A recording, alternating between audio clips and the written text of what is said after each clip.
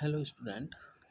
मैं doctor H M Deora, associate professor mathematics, government girls college Bikaner से। BSc part third का आपके यूनिट सेकंड फर्स्ट पेपर के में पॉलिनोमियल रिंग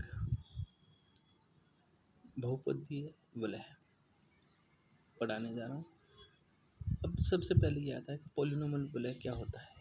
तो इसको आपको ध्यान रखना है कि यदि कोई वलय आर के अवयव में अपरिमित अनुक्रम infinite sequence A1 A2 A3 dash an plus one infinite अपरिमित अनुक्रम के वलय आर का बहुपद वलय कहलाता है। यदि अनुक्रम में परिमित अवयव हो, इसका मतलब फाइनाइट एलिमेंट हो, के अतिरिक्त समीकरण हो, तो अपने इनफाइनाइट पॉलिनोमियल लेना है। तो एफ एक्स बराबर a0 x की power 0 a1 x1 plus dash dash dash plus an x की पावर am x की पावर m प्लस 0 x की power m plus 1 plus a।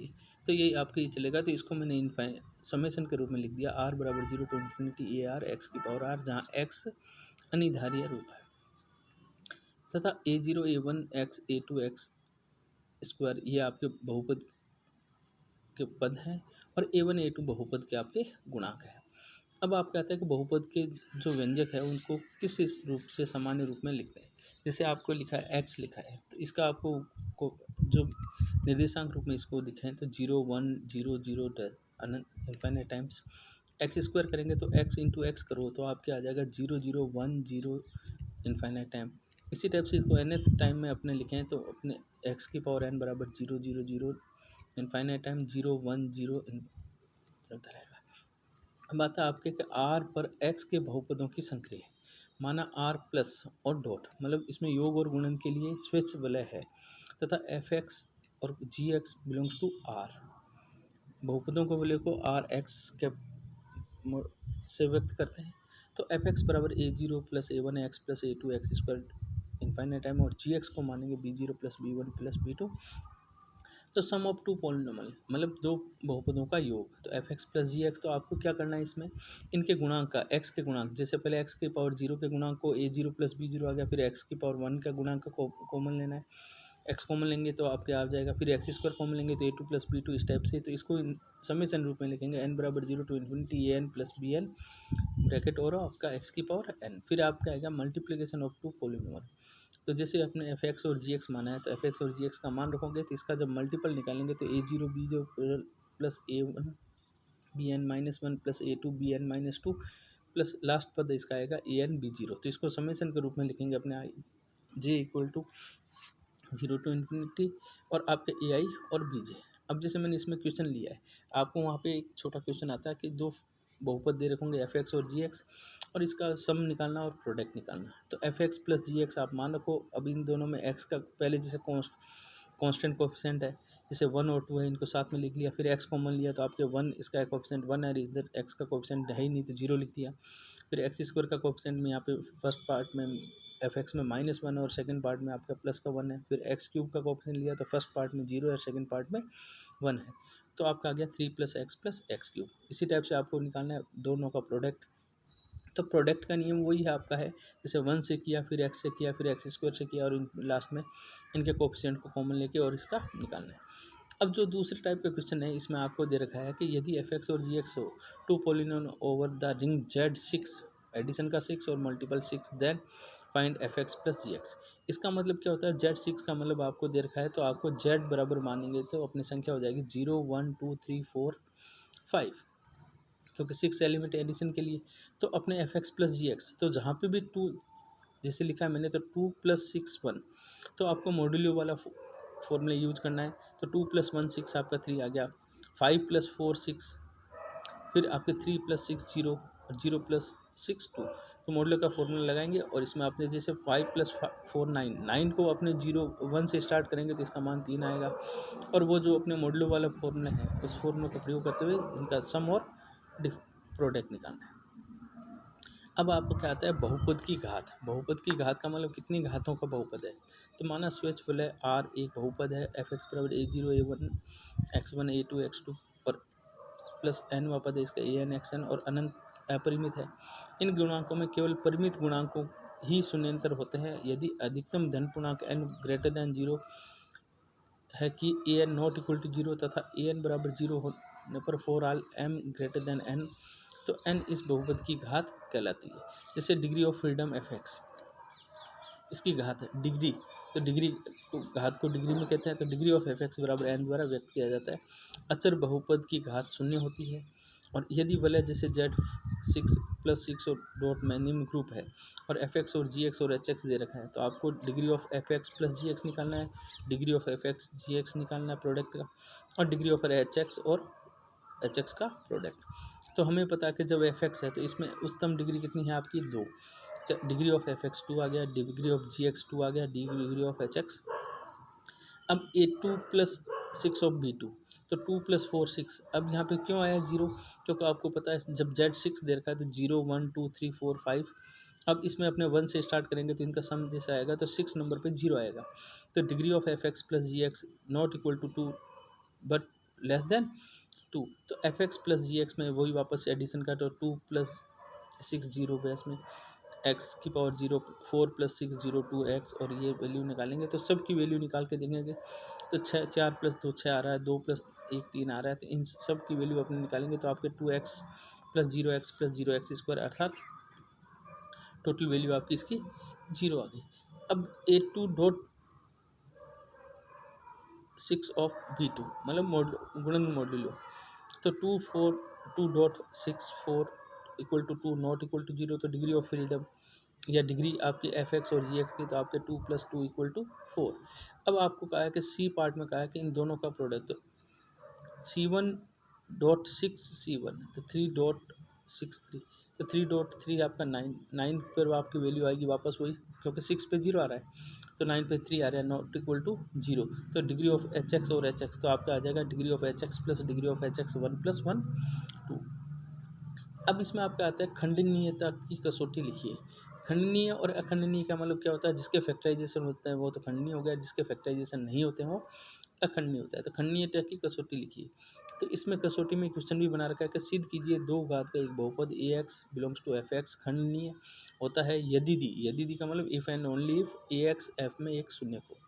तो आवश्यक प्रतिबंध लिखेंगे, माना एफ एक फील्ड है तथा ए एक्स जो है आपका बिलोंग्स टू एफ एक्स है, 2 घात का बहुपद है, तो ए एक्स अखंडनीय है या खंडनीय है, अर्थात ये प्रथम घात के 2 बहुपदों का गुणनफल होगा।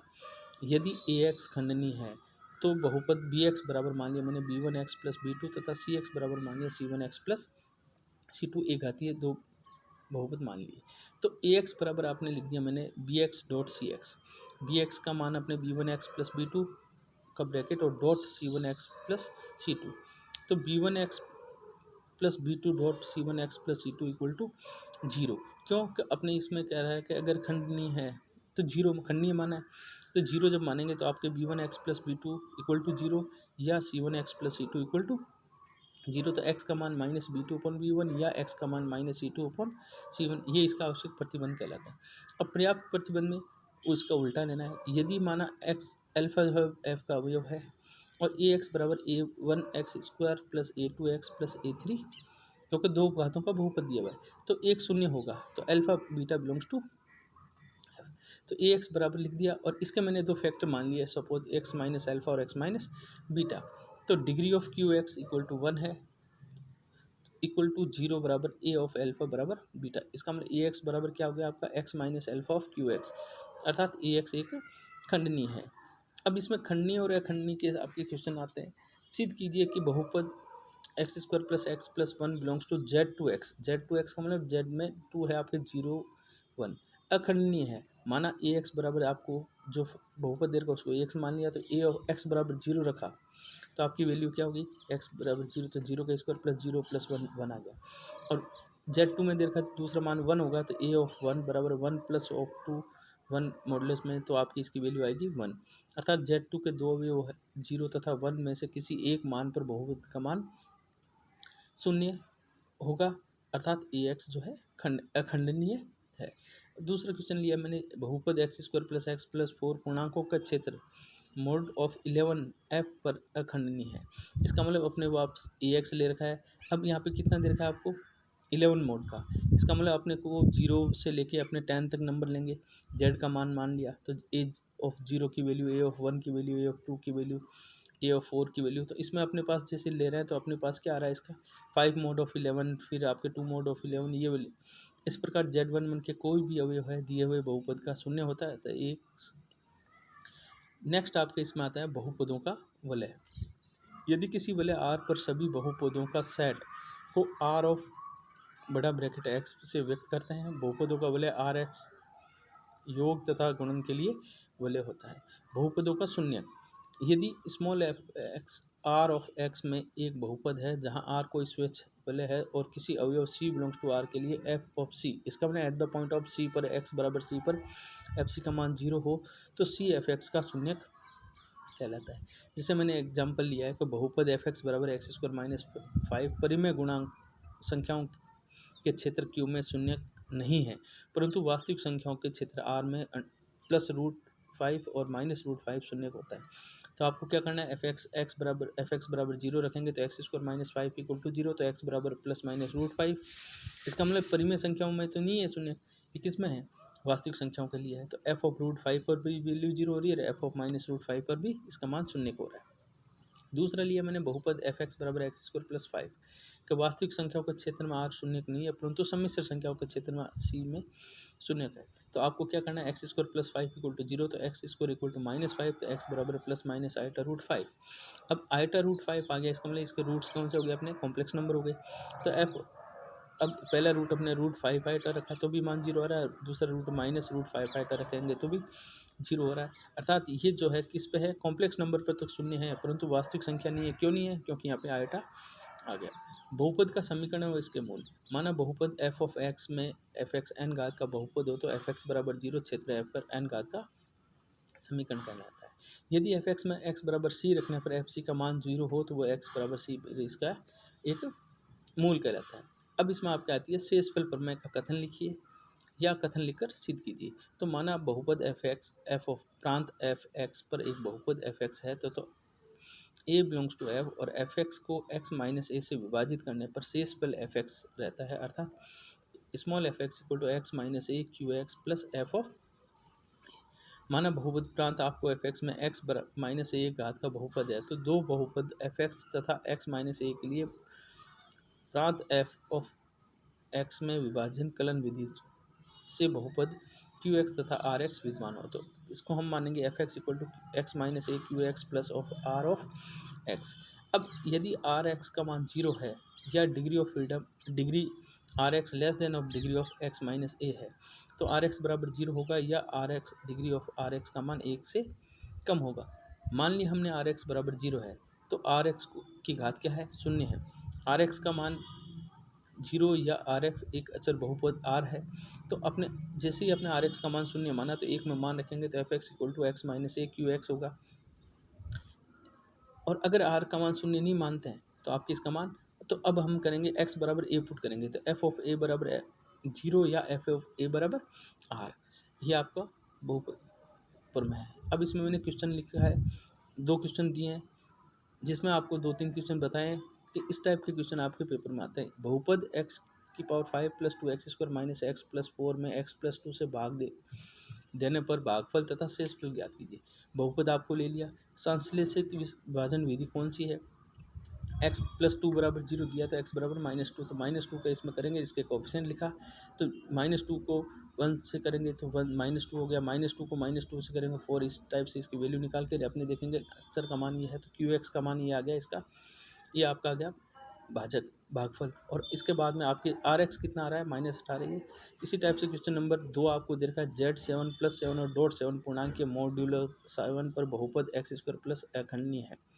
तो Z7 जैसे मैंने आपको बताया तो इसका 0 1 2 लेके 6 तक रखेंगे, एफ एक्स आपको दे रखा है, इस पर अपने 0 1 2 3 4 5 6 की वैल्यू निकालेंगे और निकाल के देखेंगे f a not equal to 0 है, इसका मतलब एक ये अखंडनीय है। नेक्स्ट इसमें आपका क्या आता है, अवशेष वर्ग मॉडलों में एफ के क्षेत्र में बहुपदों का GCD ग्रेटेस्ट कॉमन डिवीजर ज्ञात कीजिए और इसे एक घात LC के रूप में लिखिए। तो इसमें मैंने 4x + 3 दे रखा है, तो आपको पहले x की मल्टीप्लाई करेंगे, दोनों एफ एक्स और जी एक्स का मान रख दिया, फिर इसमें 2 की मल्टीप्लाई करेंगे तो आपकी ये जो शेषफल बचा इसी टाइप से सेकेंड पार्ट में जी एक्स है, तो आपने देखा होगा कि -3 equal to 2 mod of 5, -1 equal to 4 mod of 5, -2 equal to 3 mod of।